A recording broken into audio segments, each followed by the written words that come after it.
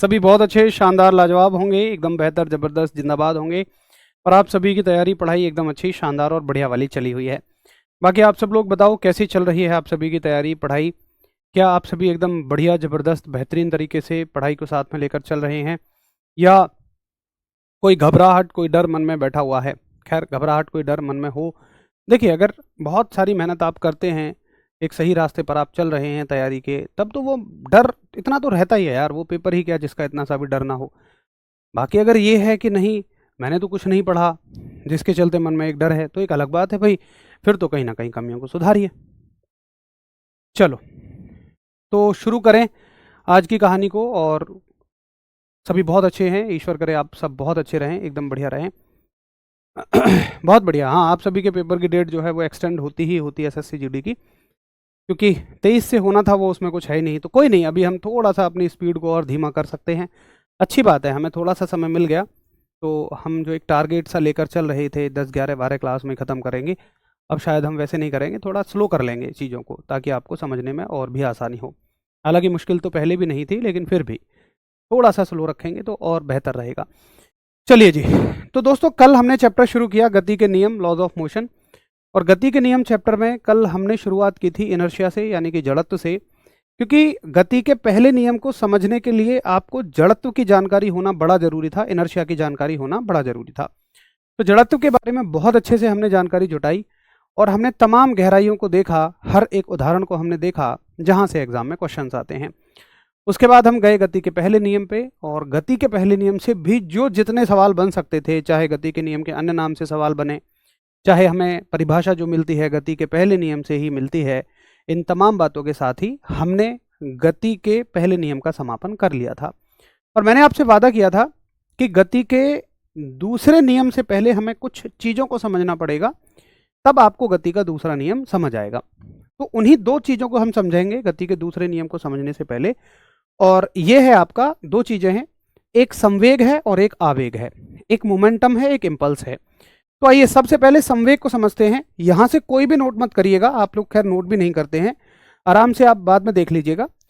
देखो, मैं थोड़ी सी हेल्प पीडीएफ की लूंगा, तो यहां पर जो भी मैं लिख रहा हूं वो नोट करने के पर्पज से नहीं लिख रहा हूं, आपको लगे कि मैं शॉर्ट में पढ़ा रहा हूं, कुछ भी पढ़ा रहा हूं, तो यहां पर बस मैं समझाने के लिए लिखूंगा, है ना। बाकी सारी चीजें बाद में डिटेल में लिखी हुई है। देखिए, मोमेंटम क्या होता है, संवेग क्या होता है, तो आज तक शायद बहुत सारे साथियों ने इसके बारे में ये पढ़ा हो कि भैया जी, द्रव्यमान और वेग के गुणनफल को संवेग कहते हैं, यानी कि मास और वेलोसिटी की प्रोडक्ट को मोमेंटम कहते हैं। ये शायद आप सब लोगों ने पढ़ा हुआ है। एक सेकेंड।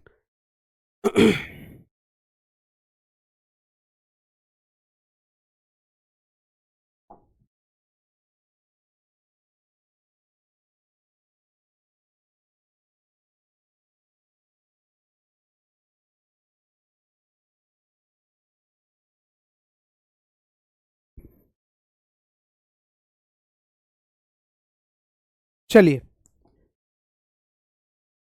नहीं, एक बात बताइए, यार आप तो कंफ्यूज कर रहे हो।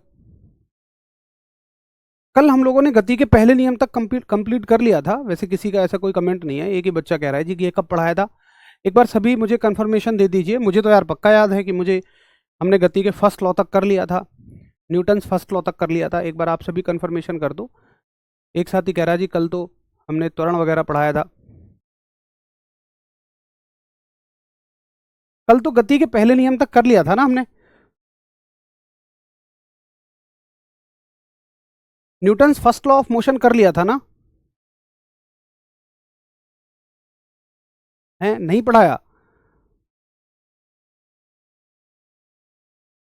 अच्छा, कोई बात नहीं है। तो फिर मैं, या तो किसी और, एक सेकंड रुको, एक सेकंड। हमने एक्सेलरेशन तक पढ़ा था, ओके ओके, ठीक है ठीक है ठीक है, मुझे कुछ ऐसा याद था, कोई बात नहीं है। कल हम लोगों ने एक्सेलरेशन तक पढ़ लिया था, कल हम लोगों ने त्वरण तक पढ़ लिया था, ठीक है, मैं समझ गया। ठीक है ठीक है ठीक है, कोई बात नहीं। अभी हम जो शुरू करेंगे वो करेंगे गति के समीकरण से, कोई बड़ी बात नहीं है, कोई दिक्कत की बात नहीं है। तो अभी हम लोग जो शुरू करेंगे, ये लो, ये करेंगे हम गति के समीकरणों से। तो हेडिंग डालेंगे आप, गति के समीकरण। गति के समीकरण,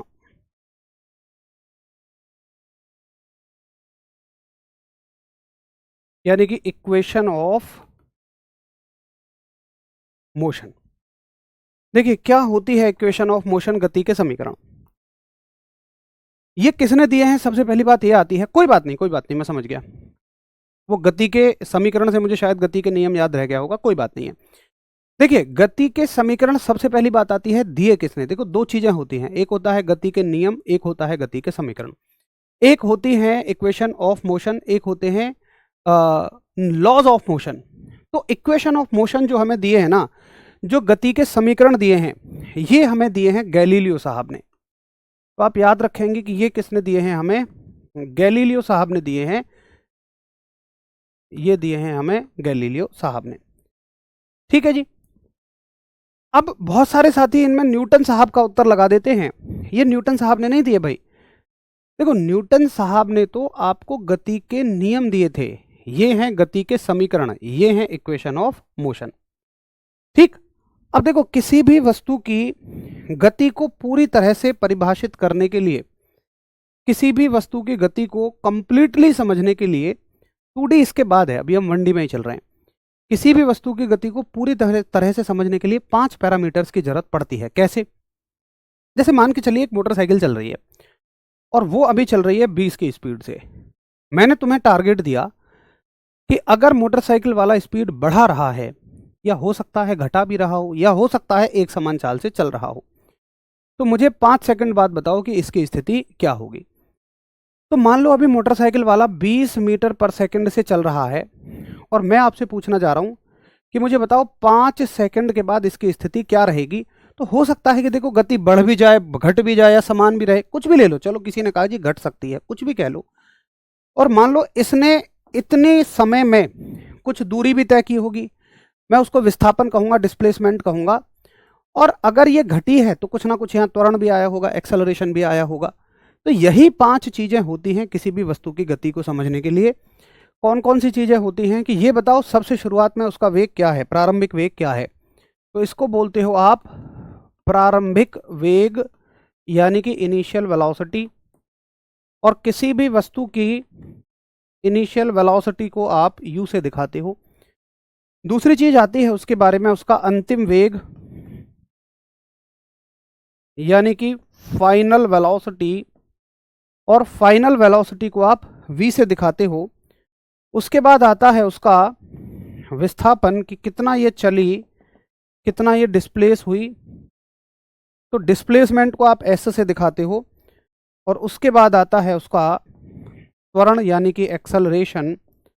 एक्सेलरेशन को आप a से दिखाते हो। और अगली चीज आती है कि कितना इसने इस प्रक्रिया में समय लिया, टाइम लिया। इस चीज को आप किससे दिखाते हो? t से दिखाते हो। एक बार फटाफट बताओ। हाँ जी, ये 5 पैरामीटर मुझे बड़े अच्छे से समझ में आ गए हैं। एक बार सभी फटाफट थम्स अप करिए।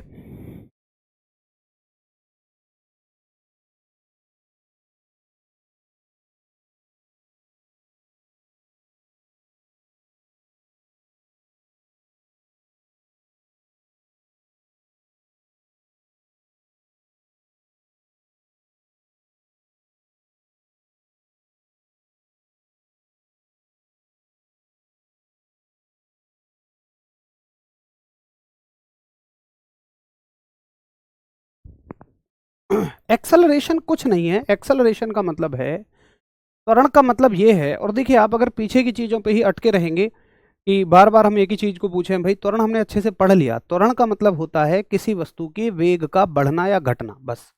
अगर उस वस्तु की वेलोसिटी बढ़ रही है या घट रही है तो उसको हम कहते हैं त्वरण, यानी कि एक्सेलरेशन।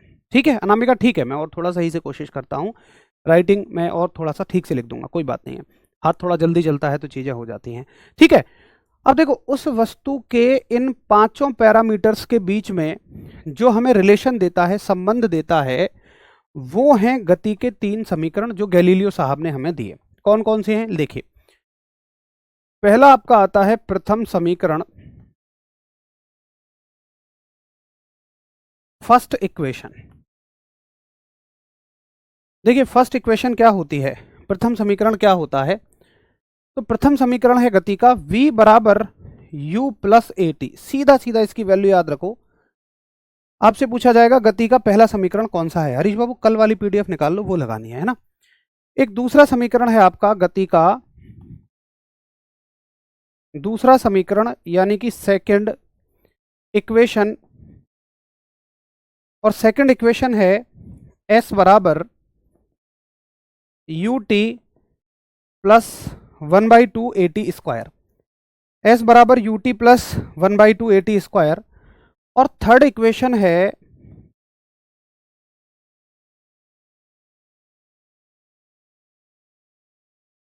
यानी कि तीसरा समीकरण जो है वो है गति का v स्क्वायर बराबर यू स्क्वायर प्लस 2as। ठीक है, गति का तीसरा समीकरण है v स्क्वायर बराबर यू स्क्वायर प्लस 2as। तो ये तीन गति के समीकरण हैं, ये तीन लॉज ऑफ मोशन है। पहला है v बराबर यू प्लस ए टी, दूसरा है s बराबर u t plus 1/2 a t square, तीसरा है v स्क्वायर बराबर यू स्क्वायर प्लस 2as। अब देखिए इनमें से दो तरह के सवाल बनते हैं। एक तो सीधा सवाल बनेगा, सीधा सवाल क्या बनेगा बताओ, निम्न में से गति का पहला समीकरण कौन सा है, या दूसरा समीकरण कौन सा है, या तीसरा समीकरण कौन सा है। अच्छा दूसरी चीज, आप ये भी नहीं कह सकते कि ये इसको पहला कह लो या इसको दूसरा कह लो, नहीं, ये फिक्स है, ये पहला है, ये दूसरा है, ये तीसरा है। तो ये तीनों समीकरण याद कर लेंगे, एक बार थम्स अप करिए जी, ठीक है याद कर लेंगे। कल वाली पीडीएफ लगा दो हरीश बाबू। उसके बाद फिर मैं आपको इससे बनने वाले घुमाकर सवाल बताता हूं कि कैसे घुमाकर सवाल बनाए जाते हैं। एक बार आप पहले इसके लिए थोड़ा सुनिश्चित करिए।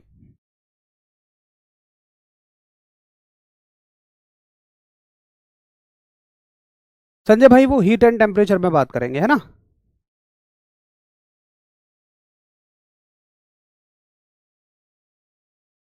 ये तो तुमने शायद दोबारा वही लगा दिया मेरे हिसाब से।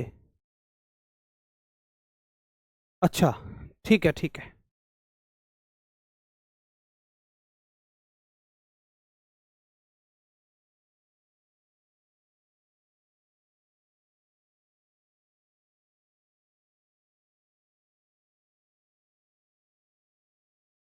अरे भाई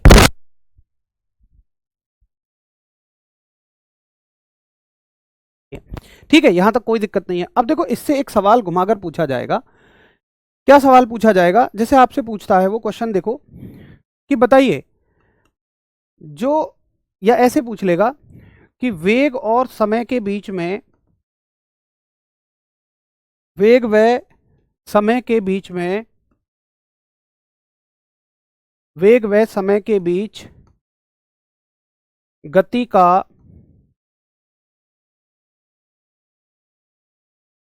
कौन सा समीकरण संबंध देता है, यानी कि विच इक्वेशन ऑफ मोशन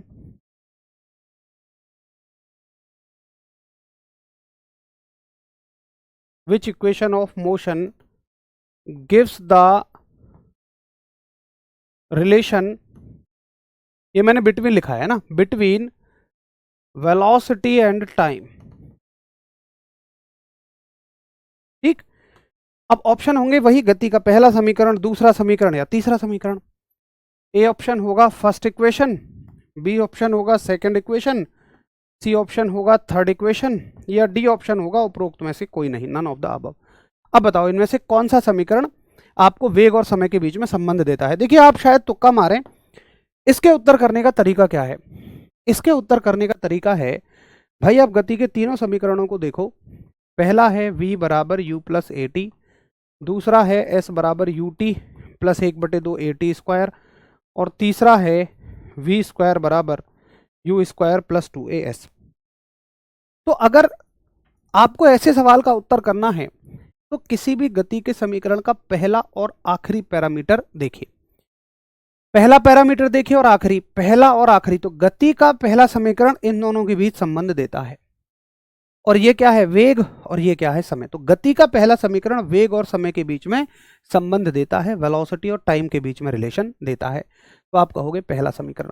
अब ऐसे ही आपसे सवाल पूछा जाएगा कि बताइए गति का दूसरा समीकरण किस किस के बीच में संबंध देता है। तो इस प्रकार के सवालों में इसको वो क्या बोलता है, विस्थापन को स्थिति बोल देता है। ऐसे सवालों में हमेशा स्थिति बोलेगा, पोजीशन बोलेगा। तो आप कहोगे कि गति का दूसरा समीकरण हमें स्थिति और समय यानी कि पोजीशन और टाइम के बीच संबंध देता है, और तीसरा समीकरण हमें वेलोसिटी यानी वेग और स्थिति के बीच में संबंध देता है, वेलोसिटी और पोजीशन के बीच में रिलेशन देता है। तो करिए एक बार थम्स अप। हाँ जी भैया, मुझे आपकी बात समझ में आ गई है कि गति के इस तरह के समीकरणों से किस तरीके से हमें सवाल को हैंडल करना है। एक बार फटाफट थम्स अप करिए।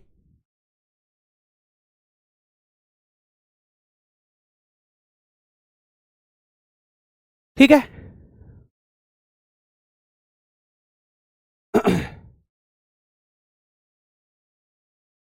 भाई इसका जो कलर है ये तो प्रॉपर यही है ना, या हल्का सा ये ले सकते हैं? ठीक है, ये भी सही है ना। चलो ठीक है, तो ये हो गए आपके गति के समीकरण, और यहां तक हम कह सकते हैं कि हमने 1D मोशन को कवर कर लिया है, एक विमीय गति को कवर कर लिया है। मैं एक बार फिर से आपको रिवाइज करा देता हूं। चैप्टर हम लोग पढ़ रहे हैं मोशन यानी कि गति। ये नोट नहीं करना, बस आपको मैं रिवाइज करा रहा हूं। और मोशन में हमने प्रॉमिस किया था कि दो तरीके का मोशन हम पढ़ेंगे, एक पढ़ेंगे 1D मोशन और एक पढ़ेंगे हम 2D मोशन। 1D मोशन में हमने क्या क्या देखा? हमने देखा लेंथ क्या होती है, लंबाई क्या होती है। उसके अलावा इसके दो पार्ट पढ़े, दूरी पढ़ा, विस्थापन पढ़ा, डिस्टेंस और डिस्प्लेसमेंट पढ़ा। दूसरा हमने देखा कि वेग क्या होता है, वेलोसिटी क्या होती है, चाल क्या होती है। उसके बाद हमने देखा त्वरण क्या होता है, एक्सेलरेशन। और उसके बाद हमने गति के 3 समीकरण पढ़े। इतना हमें पढ़ना होता है 1D मोशन में। अगर आपकी इजाज़त हो तो हम शुरू कर सकते हैं अब 2D मोशन को एक हेडिंग के साथ में। और हेडिंग रहेगी आपकी कि चैप्टर तो आपका गति ही चला हुआ है, मोशन ही चला हुआ है, लेकिन मोशन का कौन सा पार्ट पढ़ रहे हैं हम? 2D मोशन, या 2 डायमेंशनल कह लो पूरा। 2 डायमेंशनल यानी कि द्विविमीय, द्विविमीय गति, 2 डायमेंशनल मोशन। चलें जी 2 डायमेंशनल मोशन की तरफ। अगर 1D मोशन में कोई दिक्कत आप सभी को ना हो तो हम फटाफट से 2 डायमेंशनल मोशन को फिनिश करें। कभी कभी कोई कोई छोटा मोटा आ जाता है।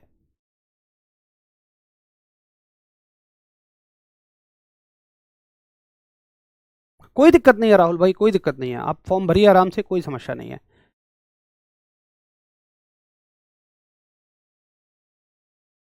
छोटू भाई क्या दिक्कत है उससे बताइए, समस्या क्या है?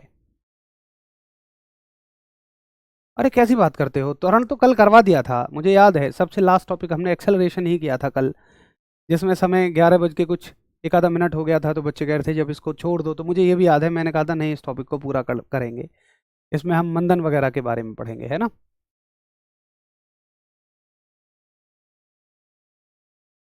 चलिए ठीक है, मुझे समझ में आ गया 1D मोशन क्या होता है। अब 2D मोशन पे चलें। तो 2D मोशन हमने उस समय पे ये देख लिया था, 2D मोशन हमने ये देख लिया था कि जब कोई वस्तु दो दिशाओं में गति करती है तो उसको हम द्विविमीय गति कहते हैं, 2D मोशन कहते हैं। अब देखो जैसे 1D मोशन तो एक ही तरीके का है भाई। 1D मोशन में संभावनाएं क्या हो सकती हैं कि वस्तु बस ऐसे चल सकती है या ऐसे चल सकती है, खत्म कहानी।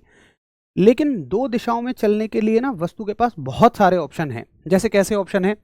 देखिए, अगर वस्तु ऐसे चल के बस यहां रुक जाए, मतलब यहां से जाए, जैसे आपने जमीन पर पड़ी हुई एक बॉल को लात मारी और बॉल यहां जाके यहां रुक जाए, ये भी दो दिशाओं में चली है। कैसे चली है? अगर आप बॉल को यहां से यहां तक देखोगे और आप कह रहे हो ये ऐसे गई है, तो गलत बोल रहे हो। आपको ऐसे कहना पड़ेगा ऐसे और ऐसे गई है, या ऐसे और ऐसे गई है।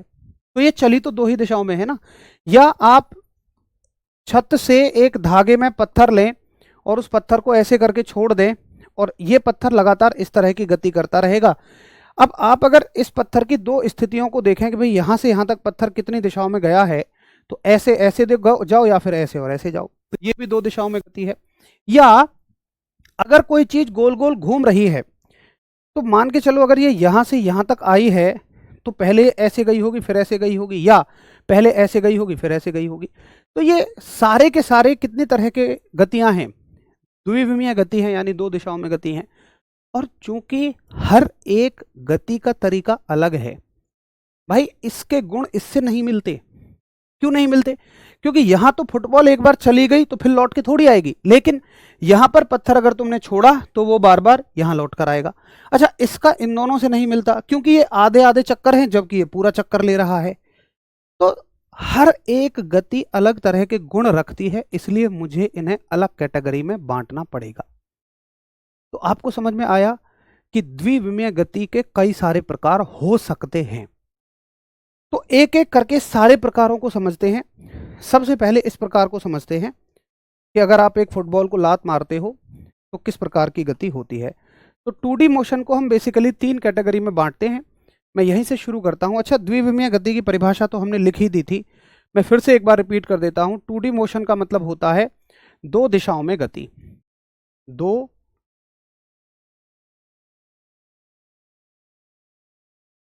दिशाओं में गति, यानी कि motion in 2 dimensions, motion in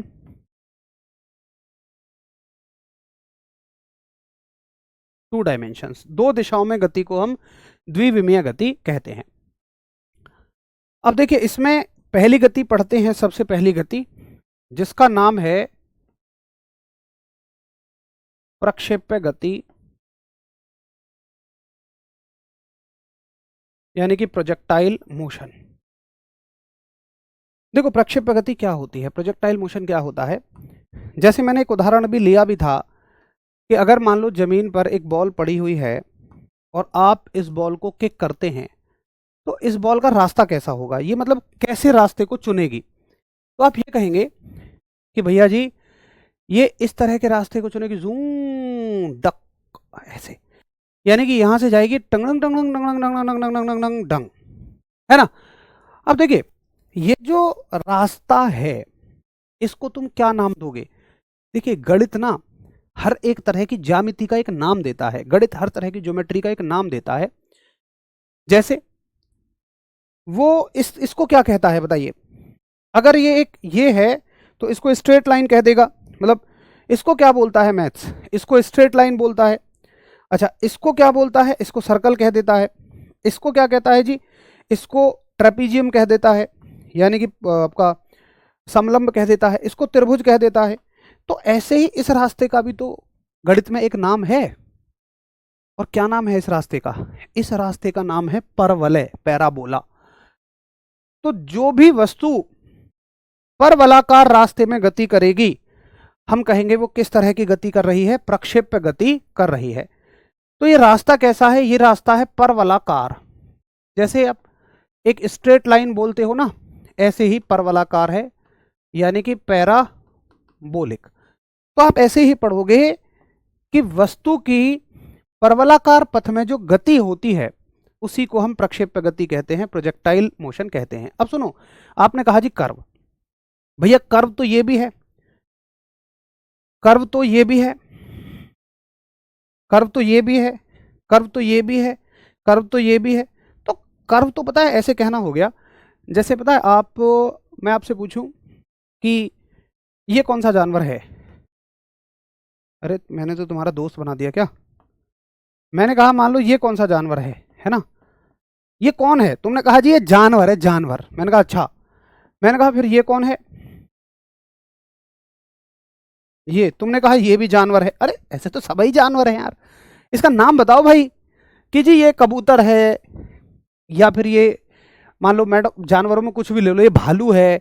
तो कर्व तो कुछ भी है, ये सारे के सारे वक्र हैं, सारे के सारे कर्व हैं, लेकिन कर्व में अंदर उसका क्या नाम है, तो वक्रों में इसका नाम होता है पैराबोला। जैसे ये साइन वेव होती है, ऐसे ही कॉस वेव भी होती है, टेन वेव भी होती है ना।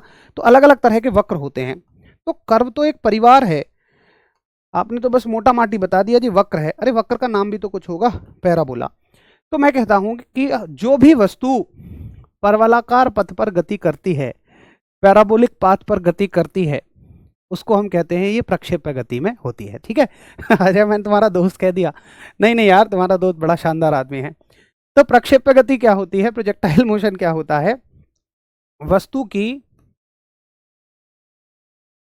की परवलाकार पथ पर गति, यानी कि मोशन ऑफ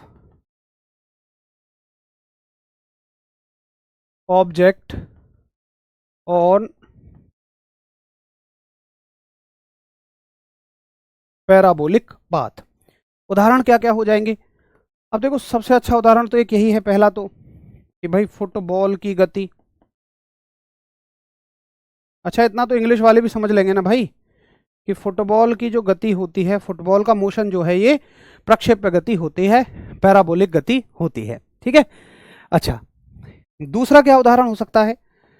देखो, मैं आपको दिखाई देता हूं, डिजिटल पढ़ने का थोड़ा फायदा उठा लें। आ जाओ, रॉकेट लॉन्चिंग पैराबोलिक, जो rocket launching parabolic path, rocket launching parabolic path. देखो, यहां देखिए आप इमेजेस, ये जब एक रॉकेट लॉन्च होता है ना, तो आप देखना ये हमेशा इसी तरह के पैराबोलिक रास्ते पर चलता है, परवलाकार रास्ते पर चलता है। अब तुम कहोगे जी ये तो उड़ के नीचे गिर रहा है। अरे नहीं भाई, देखिए बेसिकली हम यहाँ से देखेंगे तो हमें नहीं नजर आएगा, लेकिन ऊपर से देखोगे तो आपको पृथ्वी कैसी नजर आएगी? अंडाकार।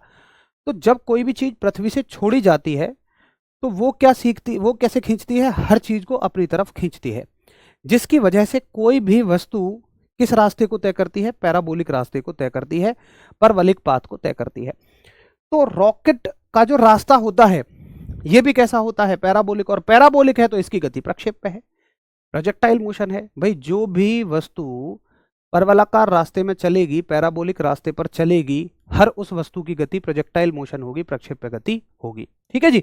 तो आप लिखेंगे कि साहब फुटबॉल की गति हो गई, दूसरी है रॉकेट की गति, रॉकेट की गति, रॉकेट का मोशन। अच्छा, थोड़ा बताओ, किसी एक आध साथी को लैंग्वेज में दिक्कत थी, राइटिंग में, अभी ओके है ना? मैंने थोड़ा सा पेन का तरीका चेंज किया है और थोड़ा सा उसका मोटापन बढ़ा दिया है। अच्छा, तीसरा और क्या इसका उदाहरण हो सकता है? भैया जी, आप अगर बंदूक से गोली छोड़ोगे ना, तो आपको ऐसा लगता होगा कि मैं अगर बंदूक से गोली छोड़ूंगा तो गोली बिल्कुल सीधी जाएगी। अगर आप ऐसा कह रहे हो कि बिल्कुल सीधी जाएगी, तो आप ग्रेविटी को इग्नोर कर रहे हैं। न्यूटन जी कहीं कोने में बैठे हुए अपना सर घुटनों में रख के नाराज हो रहे होंगे आपसे, आपने ग्रेविटी को इग्नोर कर दिया। ग्रेविटी है तो फिर ये सीधी कैसे चली जाएगी? भाई, बंदूक की गोली जब चलेगी तो हल्की सी ऐसे जाएगी ना, ग्रेविटी उसे खींचेगी, तो ये कौन सा रास्ता तय करेगी? परवलिक रास्ता तय करेगी। तो इसकी गति कैसी है? बंदूक की गोली की गति भी प्रक्षेप्य गति है। तो आप लिखोगे भैया जी, बंदूक से निकली, बंदूक से निकली गोली की गति। और यार, ये बंदूक गोली तो सब इंग्लिश वाले भी जानते होंगे ना, मैं जानता हूं तो तुम भी जानते ही होगे यार। अच्छा जी, ये सारे के सारे उदाहरण हो गए आपके प्रक्षेप्य गति के, प्रोजेक्टाइल मोशन के। हाँ, भाले की गति, जब तक ये ना आ जाए तब तक आत्मा को शांति नहीं मिलती है। भाले की गति, ये लो भैया, भाले की गति, मोशन ऑफ जैवलिन। देखिए, अब इसमें क्या सवाल बनते हैं, इसमें क्या सवाल बनते हैं, इसमें क्या अच्छे सवाल बनते हैं, समझिए। आपसे वो पूछेगा कि तुम्हें किसी वस्तु को अधिकतम दूरी तक फेंकना है तो कितने डिग्री के कोण पर फेंकोगे? इससे बनने वाले सवालों पे आ जाते हैं। नोट डाल के फटाफट लिखते चले जाएंगे जो जो इंपॉर्टेंट सवाल हैं। पहला सवाल पूछा जाएगा कि अधिकतम दूरी, और दूरी का मतलब कौन सी दूरी है? क्षैतिज दूरी। और क्षैतिज दूरी को हम बोलते हैं परास। क्षैतिज दूरी का मतलब क्या है? कि जैसे मान लो ये जमीन है और ये एक बॉल है, और अगर आप इस बॉल को फेंक रहे हैं तो ये कितनी दूरी तक जा रही है, यानी कि यहां तक ये कितनी दूरी तक जा रही है, ये अधिकतम परास है, क्षैतिज परास है। तो अधिकतम दूरी यानी कि परास के लिए आपसे पूछेगा कोण कितना होना चाहिए, यानी कि for maximum horizontal distance, for maximum horizontal distance the angle would be, कितना होना चाहिए एंगल? 45 डिग्री। बहुत बढ़िया। अब पता है आपके साथ दिक्कत क्या है, आपको बस दो चीजें पता है, 90 और 45। अब आप हेडिंग के साथ नहीं रटोगे, कहीं भी 45 उत्तर कर दोगे, कहीं भी 90 उत्तर कर दोगे, ये गड़बड़ झाला मत करो भाई। अच्छे से याद रखो यार, दूरी के लिए 45, ऊंचाई के लिए 90। अब इसमें भी अगर गड़बड़ करोगे तो फिर तो बात बन ली। तो हेडिंग के साथ रटा करो आप, है ना। अधिकतम दूरी के लिए कोण कितना होना चाहिए? कोण होना चाहिए 45 डिग्री। अच्छा ठीक है, दूसरे सवाल पूछा जाएगा, अधिकतम ऊंचाई के लिए कोण कितना होना चाहिए? अधिकतम ऊंचाई के लिए कोण कितना होना चाहिए? यानी कि चलो मैं इंग्लिश में अलग ही लिख देता हूं, angle for maximum height, angle for maximum height कितना होना चाहिए? तो ये होना चाहिए 90 डिग्री। अधिकतम ऊंचाई के लिए, मैक्सिमम हाइट के लिए जो एंगल होना चाहिए वो कितना होना चाहिए? 90 डिग्री होना चाहिए, 90 डिग्री होना चाहिए। ठीक है, ये बात समझ आ गई। अब देखो इससे संबंधित और उदाहरण आते हैं। अब सवाल पूछेगा कि लंबी कूद कूदने वाला खिलाड़ी कितने डिग्री पर कूदेगा? तो यार जब मैंने पढ़ लिया कि अगर तुम सबसे ज्यादा दूर गिरना चाहते हो तो भाई 45 डिग्री पे कूदो, तो लंबी कूद कूदने वाला खिलाड़ी अधिकतम दूरी पर ही तो कूदना चाहता है। तो अधिकतम दूरी के लिए चूंकि एंगल 45 डिग्री है, इसलिए जो लंबी कूद वाला खिलाड़ी है, सवाल आएगा कि लंबी कूद कूदने के लिए कितने डिग्री के एंगल पे कूदना चाहिए? 45। यानी कि लॉन्ग जंप के लिए कितने डिग्री पे कूदना चाहिए? 45। और हाई जंप के लिए, हाई जंप यानी कि ऊंची कूद के लिए, ऊंची कूद के लिए आपको 90 डिग्री पर कूदना चाहिए। बस क्लियर है? फटाफट एक बार थम्स अप करिए। हाँ जी, मुझे आपकी बात समझ में आ गई है। तो ये कुछ महत्वपूर्ण सवाल बनते हैं प्रक्षेप्य गति से, प्रोजेक्टाइल मोशन से। अगर आपको समझ में आ गया हो तो थम्स अप करिए और फिर हम द्विविमीय गति के अगले हिस्से पर चलें।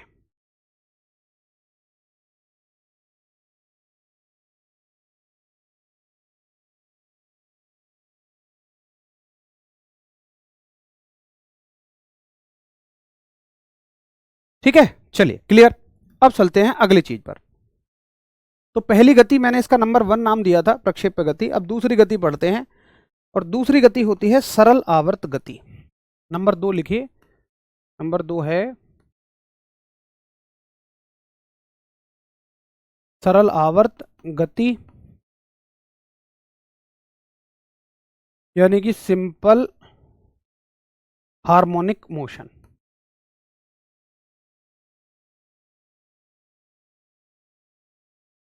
देखो सरल आवर्त गति क्या होती है, सिंपल हार्मोनिक मोशन क्या होता है, समझिए। मान के चलिए एक वस्तु हमने छत से यहां बांधी, ऐसे, मतलब वस्तु क्या, छत से मैंने एक धागे से एक पत्थर लटका दिया, और इस पत्थर को मैंने थोड़ा सा खींचा, ऐसे खींचा और छोड़ दिया। अब ये पत्थर कैसे करेगा? टंग टंग टंग टंग टंग टंग टंग टंग टंग टंग टंग टंग टंग, यही होगा। यानी कि ये पत्थर बार बार इस स्थिति के इधर और उधर गति करेगा, इस कोशिश में कि मैं आखिर इस स्थिति को पा लूंगा। अच्छा, ये इसी स्थिति को पाना चाहता है, तो ये जिस स्थिति को पाना चाहता है उसको बोलते हैं माध्य स्थिति, मीन पोजीशन। अबे भैया मेरे पेट के पीछे क्यों पड़ रहा है यार? मैं यार क्या बताऊं, मैं बहुत देर से इग्नोर कर रहा हूँ। एक भैया है यार, वो बस एक ही बात कहे जा रहा है, सर जी आपका पेट पहले से निकल गया है। वह भाई साहब ठीक है यार, मुझे समझ में आ रही है ये बात, एक बार हो गई ठीक है, तुम यार इतनी बार उस बात को कहे जा रहे हो। ये पेपर में यार कितने नंबर की आएगी? और मेरे भाई तू 10 बजे, रात के 10 बजे इसीलिए जग रहा है क्या? कि ये बात देख सके और मास्टर को आगाह कर सके कि हाँ मास्टर जी तुम्हारा पेट जो है थोड़ा बाहर आ रहा है। ठीक है यार, सुबह दिनचर्या ऐसी है कि सुबह 6 बजे उठो और अब समापन हो रहा है, मतलब तुम्हारी क्लास के साथ मैं फ्री होऊंगा 11 बजे। अब तुम बता दो कि कहाँ मैं क्या कर लूँ। 11 बजे से जाऊँगा, 1 घंटे अगली क्लासेस के लिए तैयारी करूँगा, 12 बजे सो पाऊँगा, फिर सुबह 6 बजे उठ जाना है, तो 6 घंटे में सो पा रहा हूँ और फिर से वही काम चल जा रहा है। तो ये बताओ कि ये बड़ी ज़रूरी बात है क्या? वो भैया इसी बात को छापे जा रहा है। मेरे यार तू रात के 10 बजे इसीलिए जग रहा है क्या भाई? रात के 10:45 पे तुझे यार मास्टर का पेट ही नजर आ रहा है? पढ़ ले यार पढ़ ले, ये चीजें पेपर में आएंगी, फिर लास्ट में पूछता फिरेगा इंपॉर्टेंट क्वेश्चन बता दो। चलिए, सरल आवर्त गति क्या होती है? देखो, सिंपल हार्मोनिक मोशन क्या होता है? जब मैं कहता हूं कि जब कोई वस्तु अपनी माध्य स्थिति यानी कि मीन पोजीशन के इधर और उधर गति करती है तो उसे हम सरल आवर्त गति कहते हैं, सिंपल हार्मोनिक मोशन कहते हैं। ठीक है, तो लिखिए, वस्तु की माध्य स्थिति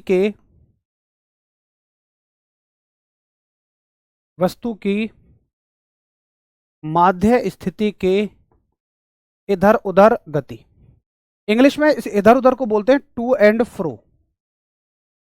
फ्रो motion of body about mean position. To and fro motion of a body about mean position, वस्तु की माध्य स्थिति के इधर या उधर गति को हम कहते हैं सरल आवर्त गति। अब सुनो, सरल आवर्त गति का उदाहरण पूछा जाएगा, एग्जाम्पल। तो देखो, जैसे पहला एग्जाम्पल है सबसे बढ़िया, झूले की गति।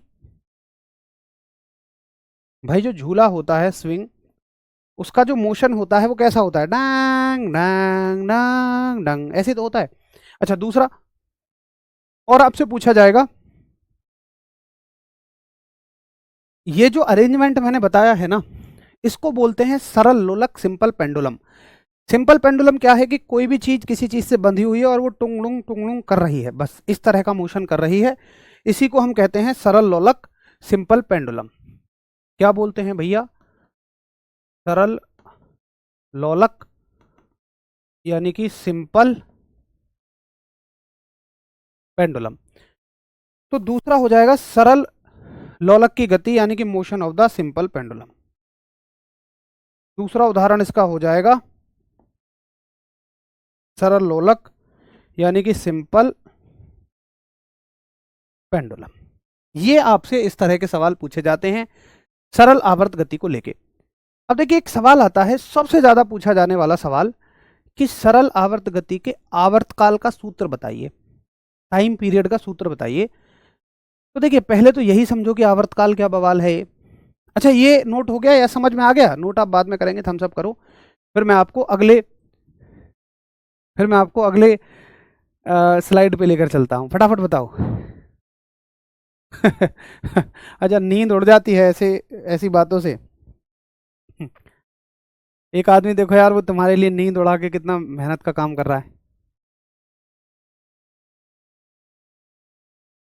सर, गति के नियम समझा दीजिए 10 मिनट में, तीनों नियम। ऋषि, मैं एक काम कर दूं कि इन 10 मिनटों में, जैसे गति के तीनों नियम जो कि वैसे तो एक क्लास में समझाए जाते हैं, लेकिन तुम्हारा मन है कि मैं इनमें 10 मिनटों में समझा दूं, तो एक काम ना कर लूं कि मैं इन्हें 1 मिनट में गति के तीनों नियम, अगले 1 मिनट में कार्य ऊर्जा शक्ति, अगले 1 मिनट में उसके 4 चैप्टर, अगले 1 मिनट में उसके 4 चैप्टर, तो 5 मिनट में क्लास खत्म कर दूं, अगले 2 मिनट में रिवीजन करवा दूं, और अगले 2 मिनटों में से 1 मिनट सो जाऊं, और सोने के बाद फिर नींद पूरी हो जाएगी मेरी 1 मिनट में, फिर अगले मिनट में उठ जाता हूं, और उठने के बाद में फिर मैं पूरी फिजिक्स एक बार मैराथन ले लेता हूँ 1 मिनट की, जिसमें पूरी फिजिक्स खत्म हो जाए। भाई यार क्या बात करते हो यार, कहाँ से आते हो भाई?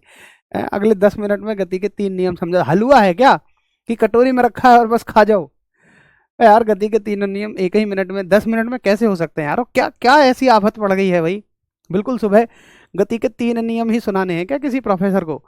या कहीं कोई टेस्ट है गति के तीनों नियम ही सुने जाएंगे? नहीं तो जिंदगी मौत का सवाल है कि आखिरी 10 मिनट में मैं गति के तीनों ही नियम करवाऊं? भैया अगला चैप्टर है यार, उसका अगला चैप्टर पूरा पढ़ लेना। बड़े कलाकार आदमी हो यार। चलो, अब देखो एक चीज पूछी जाएगी इसका आवर्तकाल। पहले समझो आवर्तकाल बवाल क्या है। आवर्तकाल यानी कि टाइम पीरियड। देखिए टाइम पीरियड को हम टी से दिखाते हैं, और ऐसा नहीं है कि टाइम पीरियड इसी से संबंधित टर्म है। टाइम पीरियड किसी भी गति के लिए लागू हो सकती है। तो टाइम पीरियड का मतलब होता है एक चक्कर में लगा समय। अब दिक्कत हमारी है कि हम चक्कर का मतलब गोल चक्कर समझते हैं। अरे नहीं, चक्कर का मतलब हमेशा गोल से नहीं होता है भाई। चक्कर का मतलब है कि अगर कोई काम ऐसा हो रहा है कि जो बार बार दोहराया जा रहा हो, तो एक बार दोहराने में उसे जितना समय लगेगा उसी को हम, मतलब एक बार दोहराने को हम एक चक्कर कहते हैं। समझे? जैसे देखो, अब आप दैनिक बोलचाल की भाषा में इस्तेमाल करते हो। जैसे मान लो तुम्हें भराव करवाना है अपने घर का, तो बुग्गी वाले भैया जो आएंगे, तुम उनसे क्या कहते हो, भैया एक चक्कर के कितने रुपए लोगे? एक चक्कर का मतलब खेत से मिट्टी लाना और फिर वापस खेत तक जाना, यही तो एक चक्कर है। तो क्या वो बुग्गी को गोल गोल घुमा रहे हैं? नहीं ना। तो चक्कर का मतलब तो कुछ भी हो सकता है। चक्कर का मतलब अगर दिन में वही काम वो बुग्गी को 10 बार लाएंगे तो एक बार का आपने पैसा पूछ लिया। उम्मीद है समझ गए होंगे। तो यहाँ चक्कर का मतलब क्या है? यहाँ पर चक्कर का मतलब है कि जब ये पेंडुलम यहाँ से चलेगा तो यहाँ तक जाएगा और फिर आएगा। भाई इसी बात को तो बार बार दोहरा रहा है। तो जाना और आने में इससे जितना समय लगे, या जाने और आने को हम एक चक्कर कहेंगे, इसको हम कहते हैं एक चक्कर। और इसमें जितना समय इसे सेकंडों में लगेगा उसे हम आवर्तकाल कहेंगे, यानी कि टाइम पीरियड कहेंगे। तो आप कहोगे एक चक्कर में जितना समय लगेगा उसे ही हम क्या कहते हैं? आवर्तकाल कहते हैं, टाइम पीरियड कहते हैं। तो आप कहोगे एक चक्कर में लगा समय, यानी कि time to complete one revolution, इसी को हम आवर्तकाल कहते हैं। और इसे किस में मापा जाता है? बेसिकली इसे सेकंड में मापा जाता है। इसका जो मात्रक है वो क्या है? सेकंड। इसकी जो यूनिट है वो है सेकंड। ठीक है। अब देखो यहां पर इसका सूत्र पूछा जाएगा कि अगर मुझे यहां पर निकालना हो कि एक चक्कर में कितना समय लगा है, तो हम क्या कहेंगे कि चलो मैं यहां दूसरा बना लेता हूं। अगर किसी सरलावर्त गति करती हुई वस्तु का मेरे से आवर्तकाल पूछ लिया जाए, तो मैं ये पूछूंगा कि जिस धागे से ये बंधी है, मुझे ये बताओ इसकी लंबाई कितनी है। ये जिस धागे से बंधी है उसकी लंबाई कितनी है? एक सेकंड। ये जिस धागे से बंधी है उसकी लंबाई कितनी है? तो मुझे बताया गया कि इसकी जो लेंथ है, इसकी जो लंबाई है, मान लो ये L है। तो आवर्तकाल का जो सूत्र होगा यहां के लिए, ऐसा नहीं है कि हर तरह की गति के लिए लागू होगा। भाई ऐसा थोड़ी है कि तुम्हारे घर में जो बुग्गी वाले भैया बुग्गी लेकर आ रहे हैं उनका आवर्तकाल निकालने के लिए भी ये सूत्र लग जाएगा। भाई वहां कहां से ये चीजें लाओगे, लंबाई लंबाई? तो केवल ये सरल लोलक के लिए लगेगा, यानी कि ये सरल आवर्त गति के लिए लगेगा, सिंपल हार्मोनिक मोशन के लिए लगेगा। तो फॉर्मूला लगेगा T बराबर 2 पाई और अंडर रूट में L बाई जी। चलो L तो समझ में आ गया, G क्या है? भाई G होता है ग्रेविटेशनल एक्सेलरेशन, और इसको अभी ऐसे ही याद कर लो, ये आपको अगले चैप्टर में समझ में आ जाएगा। G क्या है? ग्रेविटेशनल एक्सेलरेशन, यानी कि गुरुत्वीय त्वरण। ठीक है। और ये आपको किसी चैप्टर में अगले में समझ में आ जाएगा, जब गुरुत्वीय त्वरण का हम चैप्टर पढ़ेंगे। अभी मत पूछना इसका मान क्या होता है, क्या होता है, कुछ नहीं, ये आपको आगे समझ में आ जाएगा। तो ये फॉर्मूला हो गया सरल लोलक के आवर्तकाल का, सिंपल पेंडुलम के आवर्तकाल का, या सरल आवर्त गति के आवर्तकाल का। बाकी किसी में नहीं लगेगा, ये हर किसी में नहीं लगेगा। ठीक है भैया जी। तो यहां तक हमने दो गतियों को पढ़ लिया। अब इसमें ना एक तीसरी गति और बची हुई है, बस उसको कंप्लीट करेंगे। और साथ ही हम कल कंप्लीट करेंगे 2D मोशन। कल ही कंप्लीट हो जाएगा आपका, केवल एक गति इसमें बस बची हुई है, उसे हम कल कंप्लीट कर लेंगे। और उसके अलावा हम कल नया चैप्टर शुरू करेंगे, गति के नियम, यानी कि लॉज ऑफ मोशन। ठीक है जी। गति के नियम एक बड़ा ही आसान सा चैप्टर है, आपको सारी चीज़ें बहुत बढ़िया तरह से समझ में आ जाएंगी। बताइए, आपके कोई सवाल हो तो पूछिए, नहीं तो फिर आप भी आराम से अपना रेस्ट करिए, रिवीजन करिए। बाकी देखो, किसी का तो नहीं है वैसे, एक दो साथी होते हैं कि भैया जी नींद आ रही है, नींद आ रही है। देखो भाई, मैं बिल्कुल आपसे ये नहीं कह रहा हूँ कि ये जगने का समय है या ये नींद ना आने का समय है। बहुत समय हो चला है, इस टाइम आपके सोने का समय होता है, तो आप बेहतर क्या करो कि इसे अगले दिन लाइव ले लिया करो। कल आप अपना कोई भी समय ढूंढ लो। ऑनलाइन पढ़ने का यही तो मज़ा है कि आप अपनी सुविधा के अनुसार क्लासेस ले सकते हो। और मैं आपसे इंश्योर कर रहा हूँ कि अगर आप ध्यान से मेरी एक एक बात को सुने ना, तो कोई डाउट बचेगा ही नहीं। तो ऐसा मत सोचो कि भैया लाइव इसलिए लेते हैं ताकि डाउट सॉल्व हो जाए। डाउट कोई आएगा ही नहीं, ये तो अब तक आपने देख भी लिया होगा, कोई डाउट नहीं आएगा। चलिए भैया, लास्ट में, अच्छा भैया, मैंने अभी तक कुछ भी नहीं छुआ और जल्दी ही एग्ज़ाम है, क्या केवल मैराथन से बात बन जाएगी? हाँ भाई, बिल्कुल बन जाएगी मैराथन से बात। दोस्त देखो, अगर तुमने बिल्कुल कुछ भी नहीं पढ़ा ना, और जल्दी ही तुम्हारा एग्ज़ाम भी है, तो मैराथन से बिल्कुल बात बन जाएगी। और मैं तो कहूँगा बात ही मैराथन से बनेगी। क्योंकि देखो यार, बुरा मत मानना, जब तुमने कुछ भी नहीं पढ़ा तो आखिरी समय में क्या होना पड़ेगा? थोड़ा रिजल्ट ऊपर नीचे आएगा, और घर वाले जो तुम्हारे पीछे पड़ेंगे, तो वहाँ मैराथन ही तो काम आएगी। वहाँ पे काम ही वो मैराथन आएगी, वहाँ पे दौड़ना ही तो काम आएगा। वे यार, तुम लोग कैसे आदमी हो भाई। देखो यार दोस्त, मैराथन का उद्देश्य आप गलत समझ लेते हो। आप ये मान लेते हो कि मैराथन का मतलब है सब कुछ यहाँ से छप जाएगा, पूरा पेपर छप जाएगा।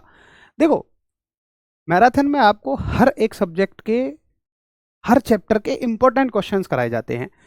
मतलब मेरे भी विषय में हर चैप्टर में कुछ कुछ टॉपिक ऐसे हैं जिनके पूछे जाने के चांसेस बहुत ज़्यादा होते हैं, तो मैं मैराथन में वही कराऊंगा। लेकिन ऐसा नहीं है कि 100% वही क्वेश्चंस आते हैं, या 100 के 100 नंबर के पेपर में 100 के 100 क्वेश्चन मैराथन से मिल जाएंगे। इतना जरूर है कि अगर 100 में से 20-30 क्वेश्चन इंपॉर्टेंट होंगे, तो वो सीधे आपको पेपर में मैराथनों में से देखने को मिल जाएंगे। लेकिन भाई, बाकी क्वेश्चंस करने के लिए तो आपको जीरो से पढ़ना पड़ेगा। आप लोगों की बड़ी समस्या है कि आप लोग ना शॉर्टकट बहुत ढूंढते हैं, जबकि जो साथी साल 2 साल जिन्हें तैयारी करते हुए हो गया होगा, 1 2 4 एग्जाम उन्होंने दे लिए होंगे, अब तक वो बड़े अच्छे से समझ गए होंगे। देखिए, तैयारी का ना कभी कोई शॉर्टकट नहीं होता। आपको ये सारी चीज़ें ज़रूर हैं, इंपॉर्टेंट चीज़ें भी ज़रूरी हैं, मैराथन्स भी ज़रूरी हैं, लेकिन वो तब हैं कि जब हमने कम से कम एक बार सिलेबस को बेसिक लेवल से पढ़ लिया हो, जीरो लेवल से पढ़ लिया हो, तब ये सारी चीज़ें बहुत काम आती हैं। लेकिन अगर तुम 10 सीढ़ी चढ़ के छत पर जाओगे, मतलब रास्ता है 10 सीढ़ी चढ़ के छत पर जाने का, और तुम पहली सीढ़ी से छलांग लगाने की कोशिश करोगे, तो फिर तो यार गड़बड़ झाला हो जाएगा सब। इसलिए थोड़ा सा भाई मेहनत करने वाले रास्ते को अपनाओ। ये शॉर्ट ट्रिक बिल्कुल काम नहीं आएंगी। मैराथन उसके लिए बिल्कुल अच्छी है जिसने बेसिक लेवल से पढ़ा हुआ है, लेकिन जिसने कुछ नहीं पढ़ा हुआ, तो आप 100% ये उम्मीद नहीं कर सकते कि मैराथन से आप सिलेक्शन ले जाएंगे। चलिए, उम्मीद है आपको समझ आ गई होगी। कल मिलेंगे। नमस्कार, धन्यवाद, जय हिंद दोस्तों।